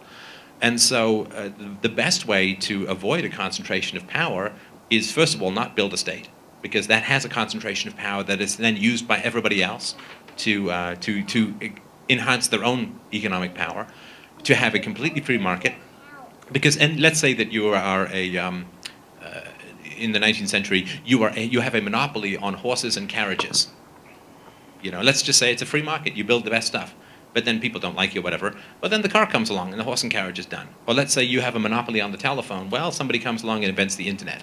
Or you have a monopoly. There's always something new that comes along and breaks up a monopoly. To my knowledge, and I've studied this extensively, though not exhaustively, there's never been an example of a free market monopoly. To my knowledge, without using state power, without using state coercion. This is also true that there's no example in history of customers complaining about a monopoly, because a monopoly is only a monopoly because it's pleasing the customers. The only people who bring complaints about a monopoly, who drive the regulatory process, the Sherman Antitrust Act and all the regulations that are supposed to break up monopolies, anyone guess who complains about a monopoly? It's the other companies who can't compete. It's never the customers. The customers never phone up the government. They never write to the government and say, I don't like this company. Well, I did this. But you can't drive policy. Right? I mean, there are some people who write. And were the companies you're talking about, did they have state control, power, protection? For the company, airline companies and things like this. Did they not have state contraction or control? Yeah. They are totally State, quasi-fascistic corporate, bleh, right? Yeah, but I mean, historically, it's not a letter-writing campaign from the public in the free market that creates these antitrust. It's the other companies. Adam Smith said he's right. Businessmen never get together for more than 5 minutes without hatching a conspiracy against the public, and that's very true. But it's very hard to get that conspiracy into effect unless you can control the government, which is what companies first want to do. I mean, if you create the government to protect you from the rich aren't stupid. What's the first thing they do? Let's get control of the government, and that way we can completely eliminate alternate solutions. So I mean, it's tempting. I mean, I get it. I mean, it's really tempting to say, that old saying, when all you have is a hammer, everything looks like a nail. We've got a problem in society. We've got this big government, so let's have the government solve it. We've got a problem with, I mean, nobody ever talks about how, I think it was Rockefeller who had Standard Oil, right? Nobody ever talks about how Rockefeller saved the whales. Anybody know that? It's interesting. You never hear about this. It's counted, but before he made the price of kerosene come down like 90%. He was an incredibly efficient capitalist in a good way. And before, did anyone know what they used before kerosene? Whale oil. I mean, the whales were almost done. Capitalism saves the whales. I mean, it's a funny thing. You don't hear about this. And then, of course, government takes over giving licenses to hunt whales, and the whales are almost gone. And in Brazil, the antitrust proceedings, the government runs questionnaires to the suppliers, the company clients, and the competitors. So that's how it works. Yeah, and the competitors always want the government to break up. Yeah. Yeah, because they can't compete, and so they want to break up the monopoly. Or do you remember Microsoft got into all this trouble with antitrust regulations? This was because they were bundling Internet Explorer for free with the operating system. But this is because a lot of people who were very rich and powerful lost a lot of money on Netscape stock, and they got really angry. So they used this to punish it. IBM went through the same thing. 15 years of antitrust laws being slammed against them. They lost all their innovation. So anyway, I mean, it's very tempting to think that we can solve the problem of a concentration of power by creating the most powerful concentration of power and then having it set the rules. You know, like you have a referee or an umpire or something. But it doesn't work because the rich take it over. It's all politically motivated, and you know, why do they cut spending for the poor guy on welfare? Because he's not giving them $1 million for their campaign. The poor in a status welfare system, the poor do very badly because their power is all diversified and diffused, but the power of the rich and the corporations is very concentrated in that system. But maybe we have another problem too. Maybe free markets is an impossible idea. Because, look, for example, I never saw a free market. Well, there's no such thing as an impossible idea. You've never seen a free market? Well, I think we have one here tonight. A free market simply means no coercion, and nobody's here by coercion, as far as I understand it. I don't see any chains from the videographers. Yeah, but Thank look, you. but this is not a market. This is a market. I'm not selling Time is money. No, I'm not saying I'm not here to sell. I mean, but no, time is money, right? I mean, you guys could have been doing anything else with your night. Maybe you're thinking that would have been a better idea. Okay. I don't know, but this is a voluntary association. Now, we're not actually exchanging money here. We're exchanging time and ideas. It's a very bizarre way to use the idea. You know, it means every non-coercive situation is a free market. I Well, don't no, think what I'm so. saying is For there's example, no fundamental... marriage. It's not a free market. But there's no fundamental distinction between this. If we were exchanging money or ideas or time, it is still an exchange of something. It's very strange for me. I know, but what I'm saying is that, so let's say that I sold everyone a book here. How is that fundamental? Still no coercion. There's no fundamental difference between exchange of ideas and money and bodily fluids, whatever, right? I mean, it's still just, there's still no gun in the room, there's still no force in the room, nobody's passing laws, nobody's sending people to jail, nobody's threatening. So I would say that this is a free market of ideas. The fact that we don't exchange money doesn't matter. But not every situation without coercion is a potential free market situation. For example, let's say, well, I married with my wife and in a absolutely non-coercive situation, but this is not a potential free market. Did she not choose you from a bunch of other people? Did you not choose her from a bunch of other people? But you were nuns or priests and nobody... But this is not... But look... But there's a market in dating. Is that not fair? When we advertise with makeup and beards... This is very funny because I remember this Kantian idea, for example, concerning marriage, where Kant, for example, said, well, the marriage is a contract. The contract when I have the right to use the sexual organs of the other. I think your wedding vows were not very romantic. Okay. Yeah. I had the sole right of exclusive use over... I was married. Yeah. This is the question. Yeah. But I remember, for example, the Hegelian criticism, when Hegel said, look, we cannot think that, well, a marriage is a contract, because if it is the case, I can call the police and say, well, my wife does not want to make sex with me. I have rights. But this is but why can't thought that a marriage is a contract? Because Well, first of all, sorry, you can dissolve a union, you can dissolve a marriage for no sex. yeah, Right? I mean, sure. and that's very expensive. I mean, it's Sure. costly to do because the government runs it. Sure. It's costly to do. It has, very negative repercussions to Sure, everyone. sure, So, sure. I'm not saying that because So my only question is maybe we cannot use the idea that every potential intersubjective relations is a kind of free market one. no, and I'm not saying this is exactly the same as a stock exchange. I mean, I agree with you. I was using an analogy. You say I've never seen a free market, and I was defining. We started originally with society, with social, and I was saying that which is not coerced is social. So here we have a voluntary association. Yes. Right now, it doesn't happen to be a voluntary association with money, although money is involved. I mean, if I had, some people subsidized me coming down here and all that, and I'm giving up other opportunities, as are you, to go and work as a fry cook at McDonald's and make however much they make or whatever, right? So there is money that's involved. Even if we just look at the deferment of income we have by being here and talking with each other, there is an economic aspect to almost everything, which doesn't mean that everything is just cold and calculated and money-based, but what I'm talking about is that this is a voluntary association, and that is where it has value. If people were forced to be here, it would be no fun to talk to them, right? If you were with a ball and chain, well, then I would obviously have a very compelling example of what I'm talking about, but it has value because it's voluntary, and I think that this is an example of a society that is voluntary, that is I think quality is Yeah, good. but my question is, I never saw this voluntary association in market situations. For me, it's a kind of abstraction. It's a really abstraction. Sorry, do you mean you've never regulatory seen it ideas. in its, Sorry? I would say, pure, when you say something in its pure form, it sounds like it's unattainable, so I don't exactly know how to say it. But what you mean is you've never seen people exchange value economically in a free situation. Never. Yeah, Never. I would agree with you. I would agree with you. And In the same way that when agriculture was run by slavery, you would never have eaten a piece of fruit that wasn't affected by slavery, for sure. But that doesn't mean we can't have that. It just means it's not here now. I agree with you. I can't think, because, it's crazy. I just read the statistic.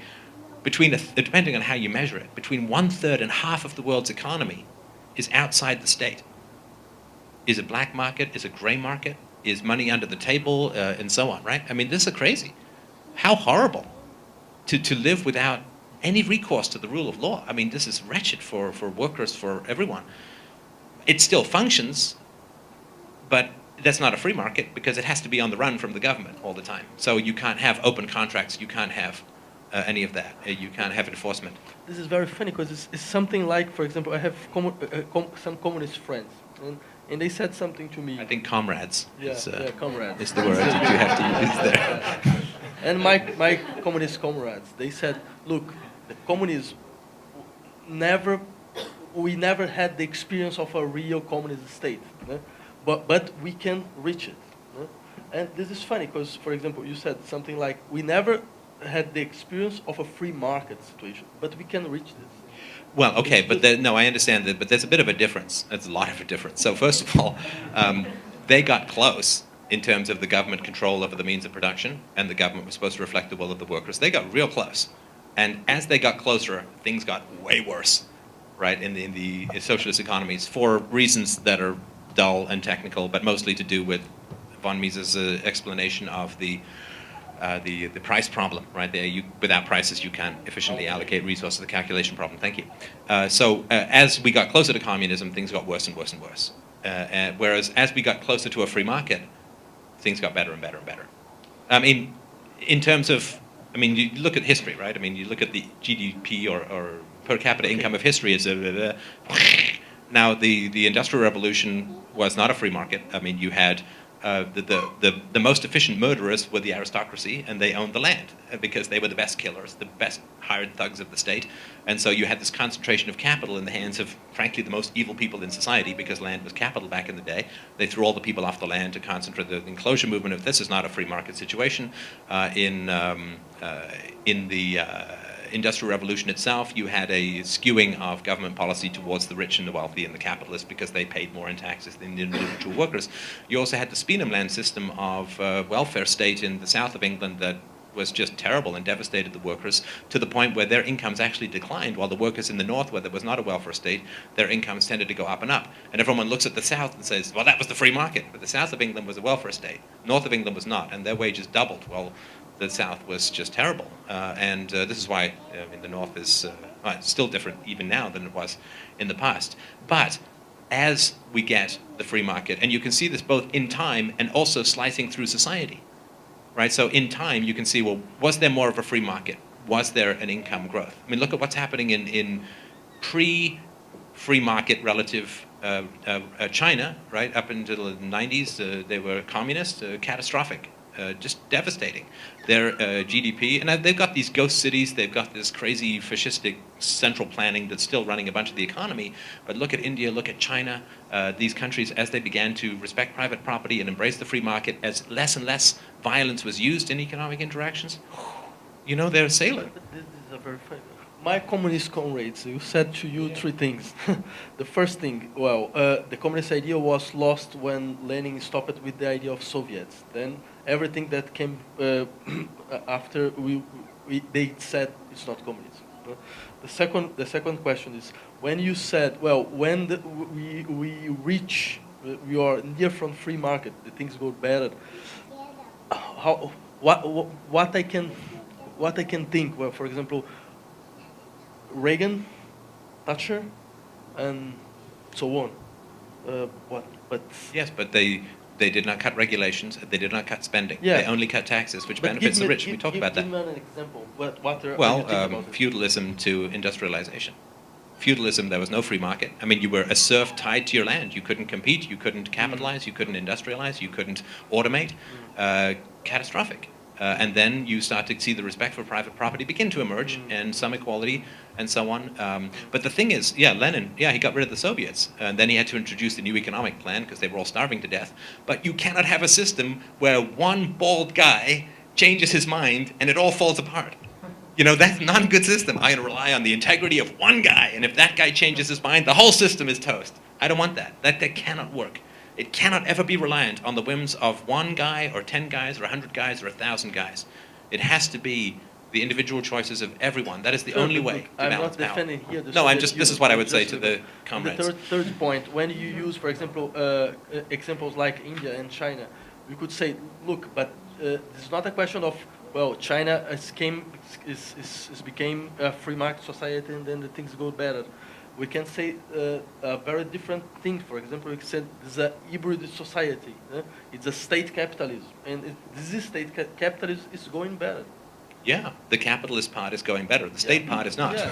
You know, but the capitalist part is going better. Yeah. Look, I mean, if you have some giant tumor and somebody gives you a medicine and the medicine starts going into your body, well, you're not better right away. I mean, you're just starting to get better. And so, yeah, I mean, the state is the tumor and the free market is the cure. And so if you start to, oh, well, there's still tumor. Well, yeah, there's still tumor, but it's, you know, it's better. And so, that would be my look, argument. We can say the opposite thing. Huh? Exactly the opposite. Go ahead. Well, Say it backwards, though. well, the free market is free market is disease, and the state structure is the But cure. they were No, not no, no, no. China was not a capitalist country, then the state arrived and then got better. It's the opposite. No, No, but look, Chi- because China if you is look a at hybrid GDP society. growth, if you look at GDP and wealth, look, wealth is not the only measure. I understand that, but it's an important one. It's necessary, but not sufficient for freedom and happiness. And to your point about poverty, I completely agree. But I mean, the statistics are very clear. I mean, when they liberalized the economy, which simply means stop using guns as much. It's not the end of guns because they're not a free society, of course, right? Neither are we, neither are you, neither anyone, right? Neither is Somalia. But it is less guns means more increase in wealth. Look, I don't want to make here the defense of China or the Soviet Union. It's not No, of course, my no. position. But using your argument, for example, in the 50s, the country that grew up in the most strong way was Soviet Union. The country that Grew up, grew economically. yeah, it was Soviet Union. But if you trust Soviet statistics. But you have the numbers. Sorry? Yeah, okay, but you know, it's very complicated to discuss. If you say no, the numbers were just a farce, just untrue. No, okay, well, okay, I mean, we can, I don't know if it's going to be at all interesting, we'll just touch on it very briefly, but, okay, so Russia in the 50s, industrial espionage was unbelievable. I mean, the amount of money, the amount of intellectual capital that they stole, and of course the West was still subsidizing quite heavily. I remember grain shipments going from Canada over to the USSR quite a bit. So they were stealing a huge amount of stuff. They were being given a huge amount of stuff, and of course they were slaughtering, as you know, millions of their own population. So stealing, charity, murder. I just can't see that being the basis of a society that we can say, well, look, they were growing. Well, my belly grows when I have gas. That doesn't mean that I'm, I'm doing well. Just one part of the history. Sorry, let me just shift a little here. Sorry, just kidding. But even if they were growing, the growth is not the ethics. I'm not a consequentialist. I'm not like, well, if we get the growth, then it's good, right? When you free slaves, the economy goes down because everything's got to reallocate, right? And the farmers aren't happy because now they got to pay for what they got for room and board before. So when you free the slaves, the economy gets worse. And when you encourage women to be equal in relationships and not put up with abuse, you get a lot of divorce. And that's hard, right? I have a little bit afraid of this kind of argument because, for example, we have this example in Chile. I was born in Chile. Yeah. And I always listen this idea, but when Pinochet came, the economy grew up. Oh yeah, no, Yeah, that's well, but but what is this? What is this? This means that the economy can grow up, but this is not the case. The case is, well, we have no freedom. I can use this for Castro too. Well, when Castro came, well, the education grew up, Yeah. well, the health grew up. Okay, but and the question of freedom. yes, and to me, it just simply comes down to the ethics of the situation. I believe that a virtuous life will make you happy, but not everyone who is happy as a result of virtue, right? Some guy just wins the lottery, he's like dancing in the streets for a day or two, but that doesn't mean that he's lived a virtuous life. I believe that virtue leads, no, it's the old Socratic equation, reason equals virtue equals happiness. But that doesn't mean that everything that is rational is virtuous. It doesn't mean that everything that is virtuous is going to make you happy. Virtue can be very hard at times. It can make you unpopular. It can make you frightened. It can make people aggress against you, and so on. So, but in general, I think it's a good equation. Reason equals virtue equals happiness. In the same way, I think that freedom, peaceful cooperation, and so on, leads to wealth, leads to a good use of resources, leads to environmental responsibility for a variety of reasons. It leads to good things. But you can also get growth in a government or in a state society by borrowing and spending. They count that as growth. You know, in America, the GDP goes up if someone gets sick. I mean, that's insane. How can that be economically great because they have to spend money to get better? I mean, this is insane. And in Chile, they counted government roads to nowhere. And this is why China is building all these cities. You've seen these pictures? You should look at them on the internet. It's creepy. They have these cities built for like 1 million people. Only 10 more minutes. That's for this comment? Or... Oh, okay, then I'll shut up and then she finished. But they count all this crazy stuff as producing growth. This is not. You hire 500 government workers to dig a hole and fill it up again. This adds to your GDP.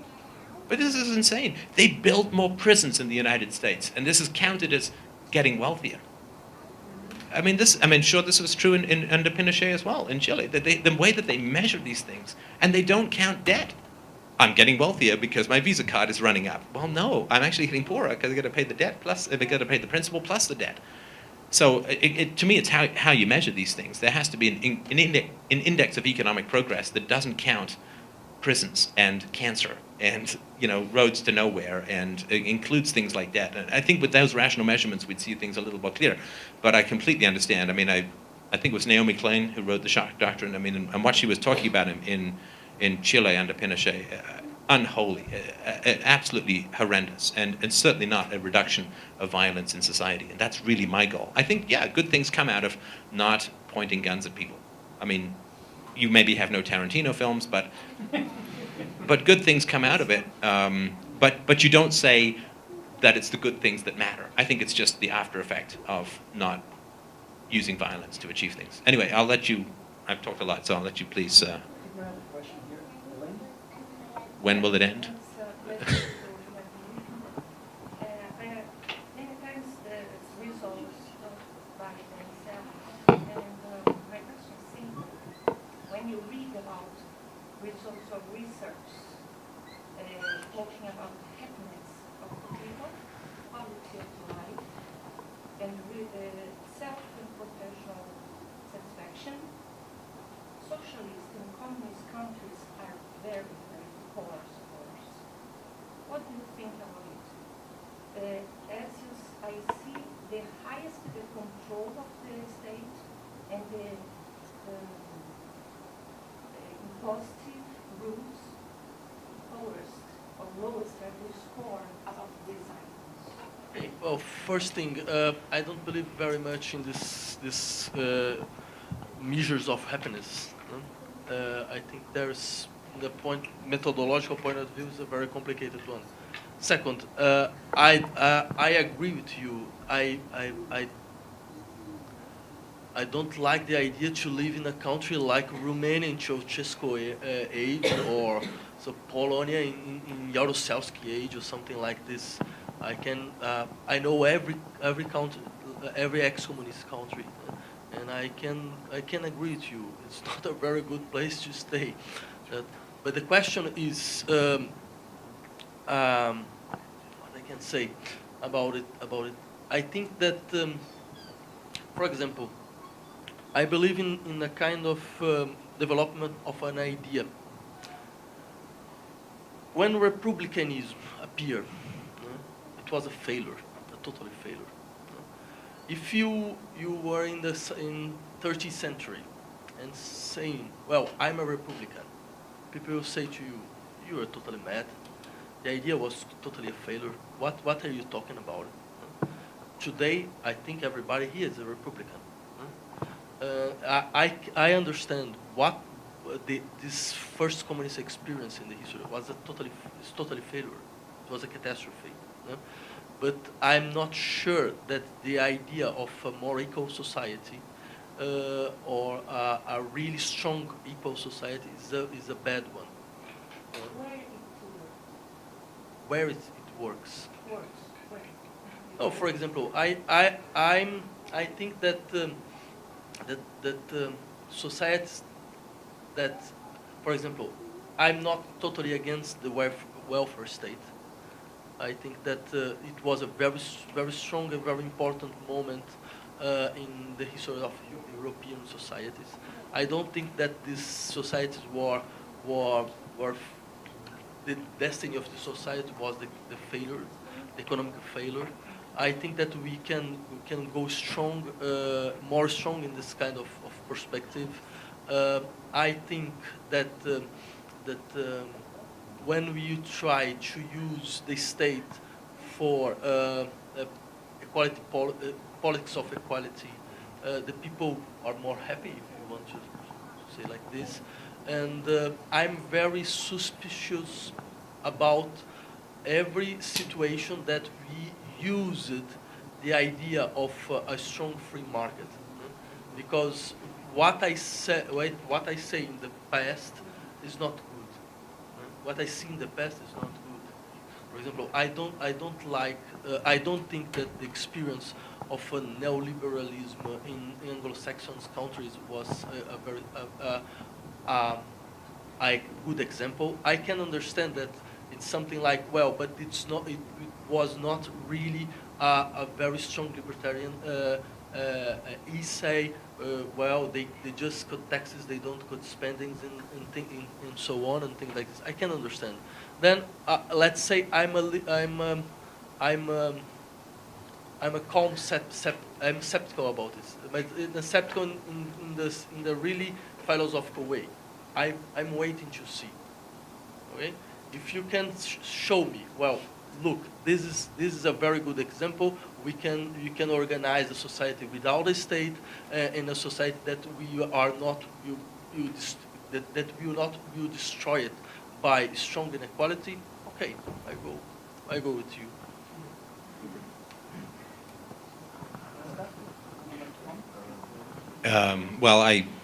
You had another question? Please, go ahead. I want to ask you a question. I agree with you when you said that the system with minimum stage evolves to a system with a huge stage. And I agree with you that about the aggressive nature of the state. But states appeared in the world after human beings, after human civilization. So how could you guarantee that a stateless society wouldn't evolve again to a society with the state? I can't, obviously. But I do think that when we make progress, it sticks. That's a terrible answer, I know. But think of, you don't see politicians now saying, let's bring back slavery. We don't see politicians saying, let's ban women from the workforce and put them back in front of the stove, right? We don't see that. Because when we make progress, generally, it sticks. It's not perfect, and there's still, but you don't see a big Nazi party in the world anymore. There's still a few nut jobs out there who are, nasty and broken and so on. But when we make progress, it doesn't tend to go back. And there, of course, will be a huge number of organizations in a free society that would be strongly resistant to the idea of a state coming back, right? So there will be people who may provide some kind of collective defense. They don't want a government coming back. There will be people who adjudicate disputes, who provide insurance for breaking of contract, who deal with criminal issues and so on. They don't want a state coming back. And so you have a lot of organizations within society that would be strongly resistant to the idea of a state coming back. You would have all of the people who see the benefit of a state. You also would have a population used to freedom, used to not having an oligarchical hierarchy breathing down their neck with guns and lasers pointed at them all the time, and they would not be very easy to rule. Do you know what I mean? The indoctrination of violence. Yeah, I mean, imagine trying to take Barack Obama and H. Rat Brown and these guys and putting them back in the cornfield with a ball and chain on their legs. It wouldn't work very well, you know? And I mean, there's another, I go into this, I've got lots of free books on my website at freedomainradio.com if you want. I think there's one called Practical Anarchy, which is the argument as to why you couldn't invade a country that had no government. I mean, just look at the difference in power between the United States military and Iraqi insurgents, and who won?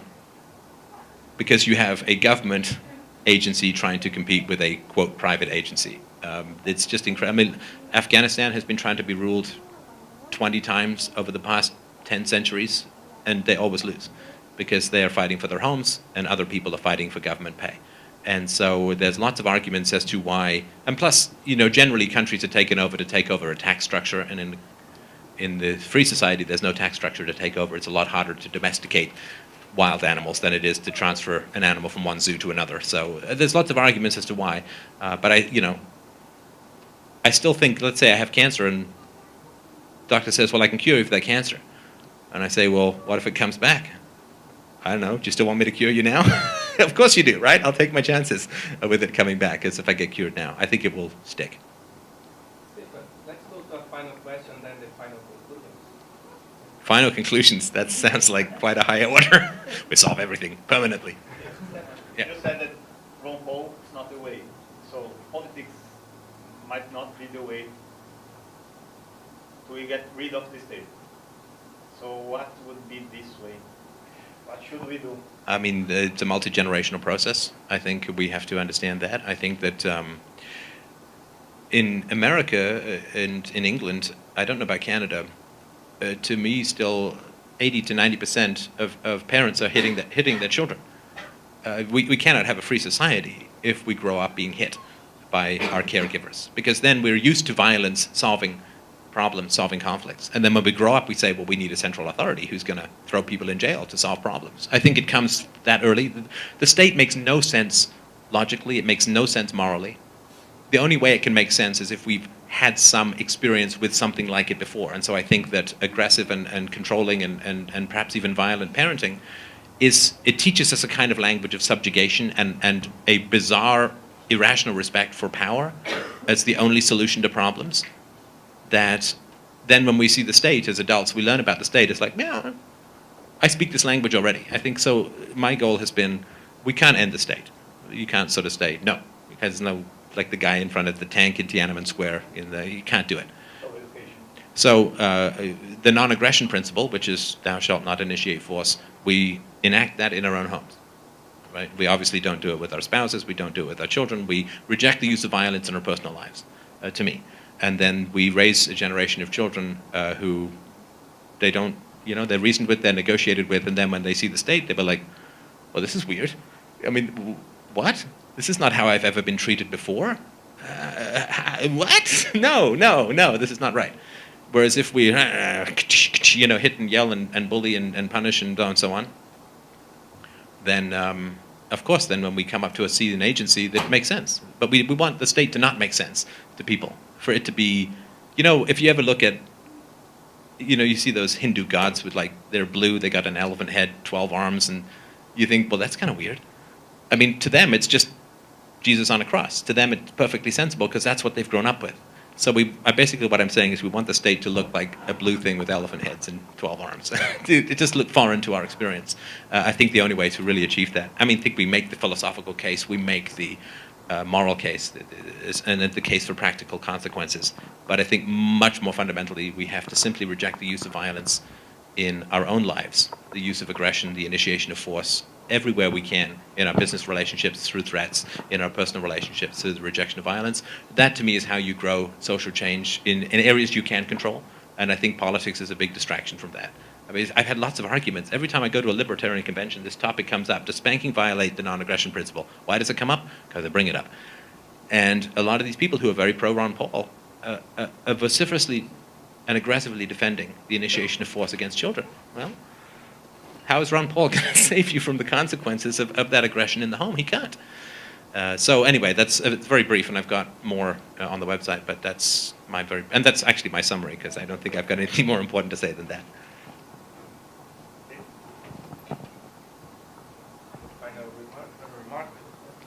Okay, well, I think that I can explain my major point of disagreement. You know? I like the idea of a society without coercion. I like the idea that we are fighting for it. But I think that the model of a free market is not a good model for a society without coercion. Why? Because free market is the idea that we can see each other as individuals that are fighting for his own interest or are expressing his own interest. And I'm very suspicious concerning the idea of individual. I think that the major moments of the philosophy of 20th century and the 20th century thought were put this question in the debate. The question is, let's say, we can suffer when we are not an individual. We are not recognized as individual. But we can suffer too when we are just an individual.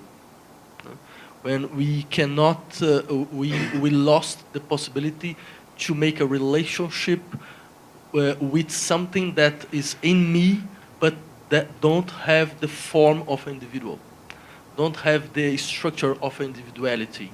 There is, in each subject, there is something that is not totally individualized, that's something that is not totally a person, but I think this is a very important thing. No? And I believe that we must try to fight for a kind of social bound that could recognize this, let's say, this non-individual structure in each subject. And I think that the model of the free market is not a good one, because we are not able to think. When we saw as a part of a free market, we saw each other as just individuals that fight for his own interest. I know that it can sound a little bit metaphorical, things like this. Well, I must to develop this idea, and unfortunately we don't have time. But I would like just to put this question at the end. And that's I had the first word, so it's only fair to have let you have the last one. Thank you very much. Thank you, everyone, so much. A real pleasure.